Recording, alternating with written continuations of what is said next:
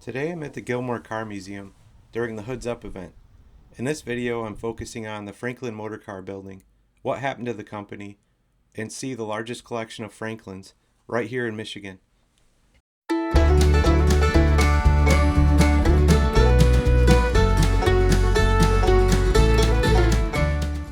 The Franklin Motorcar, America's most successful air-cooled automobile, was produced in Syracuse, New York from 1902 to 1934. Ralph Hamlin was a noted bicycle racer who became Franklin's West Coast distributor and the firm's largest and most successful dealer. This building is modeled after that dealership.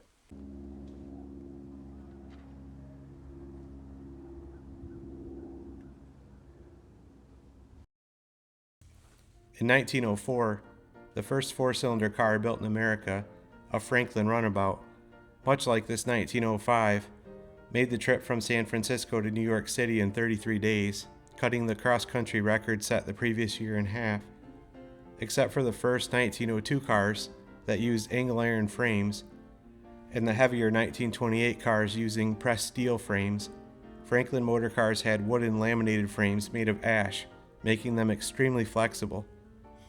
Combined with aluminum bodies, the lightweight and flexibility made them ideal for the early roads that were in poor condition. For a time, Franklin was the largest user of aluminum in the world. Another huge advantage in colder climates over competitors was due to the fact that antifreeze had not yet been invented. It was standard practice to slave over heating a garage or draining the radiator and engine block for overnight or extended parking and refilling before the next trip. With less fuss, this made the car popular with doctors who needed a quicker getaway to house calls. Competing against mass production and built largely by hand, Franklins were generally considered pricey luxury vehicles. They were selling extremely well through the Roaring '20s, so much so that Franklin took out a large bank loan to finance a major expansion, expecting a booming '30s as well. Expansion finished in 1929, ready to ramp up production just months before the stock market crash and Great Depression. Sales nearly stopped overnight.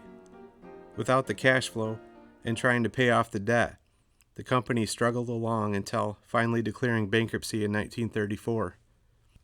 Although car production ended, eager former Franklin employees kept on producing the air-cooled engines for commercial truck and industrial use. In 1934, what was left of the company was purchased and renamed Air-Cooled Motors, but still marketed under the Franklin name. During World War II, the engines were in high demand, powering light aircraft and helicopters. In 1945, it was bought out by Republic Aviation to produce CB amphibious aircraft. Some of these cars are my favorites in the entire museum. This 1916 Sport Phaeton is one of them. Company-wide production in 1916 totaled 3,817 cars. I couldn't find any specific information on how many survived. I sure would like to drive some of these. It said they have a superior ride with a wooden frame.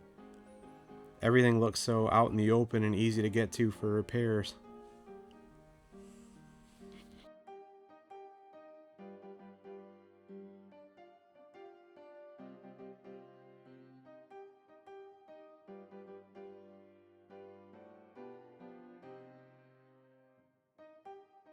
Then came along Preston Tucker and his dream to make a better, safer automobile, the Tucker 48 Torpedo Sedan. Having delays in his engine design, he turned to Republic Aviation's engine, redesigning and modifying it to fit the Tucker car. In 1947, Tucker Corporation bought air-cooled motors from Republic Aviation for $1.8 million and stopped all contracts to focus on the Tucker Torpedo.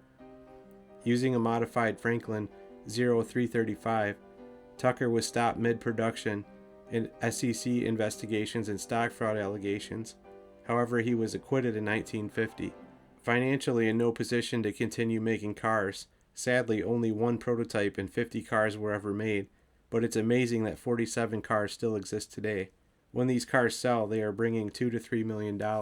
I would imagine the prototype car would bring much more, and it still exists in a museum in Pennsylvania on display.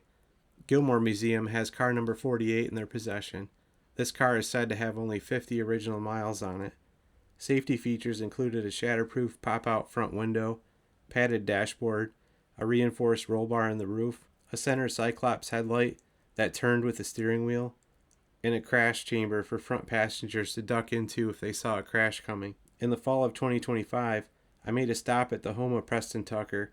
I didn't realize at the time the machine shop behind the house, where he worked on early designs like a turret for a military contract and the Tucker engine, still stands as well.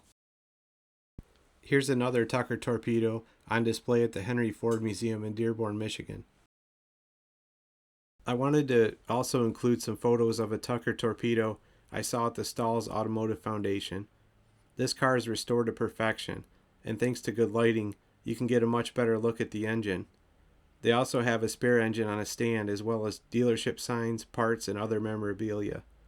If you haven't seen the movie, Tucker, the Man in His Dream, it's entertaining and worth watching. This car was one of the cars gathered to make the movie. This may be one of the coolest ways to fill a gas tank ever made.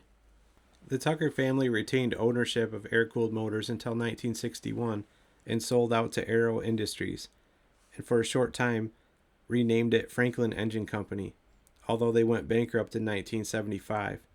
Designs and patent rights were sold to the Polish government and renamed Franklin Aircraft Engines, still being produced today, and retain the core architecture of the original Franklin engine design.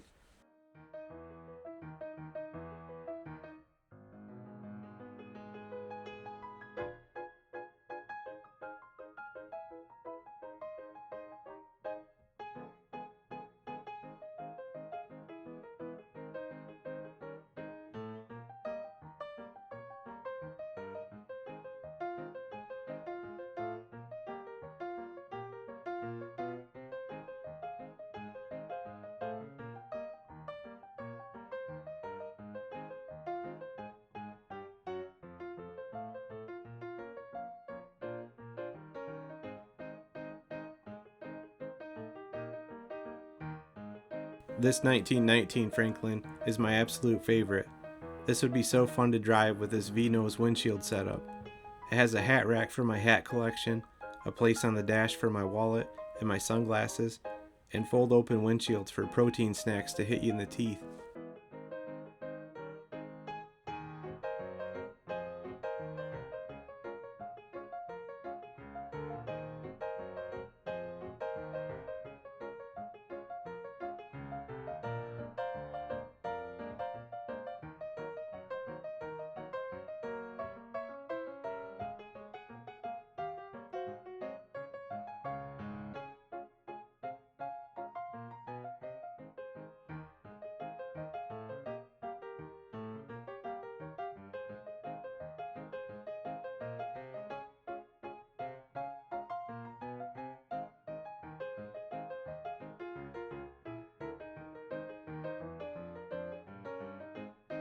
This sign reads, "Designer John Wilkinson was well ahead of his time.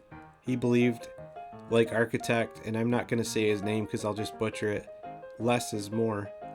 And he put the cars he designed on a diet."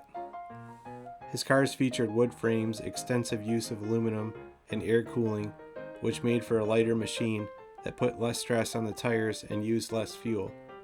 As a result, Franklin consistently won cross-country racing events. Some events were eventually closed to air-cooled cars, which meant Franklin's. In July of 1917, a fleet of 179 six-cylinder Franklins participated in a nationwide economy test. Proof E.H. Lockwood of Yale reported 82.8 miles per gallon.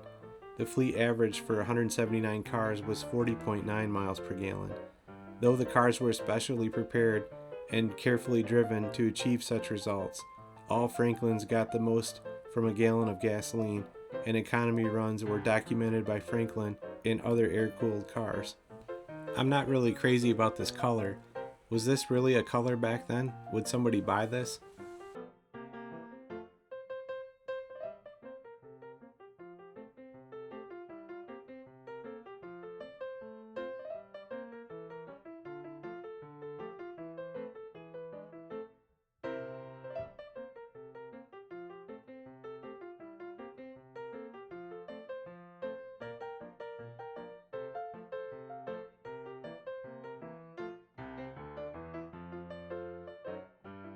With no need for a radiator, the car's hoods were always distinctive, and it was very easy to spot a Franklin, but it was found that it was not very appealing. A group of Franklin dealers petitioned for a false radiator grille. They even said they would start selling cars of a different make if their demands were not met. In 1925, the president fell to the demand, and a false radiator grille was added to the car. Its only function was air intake and looks. This is a 1925 A11 Sport Runabout, the first car with this radiator grille. This car looks like a piece of art, more than a car. I wish the hood was open. I'm not sure why it's shut, other than possibly avoiding damaging it. But on the back is a cool wicker basket and a leather license plate.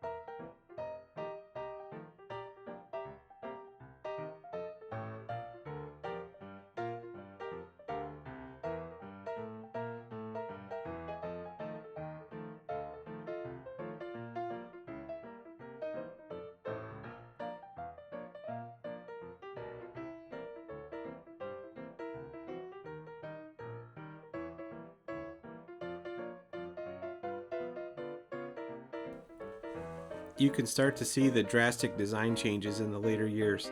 They even added a door for your golf clubs.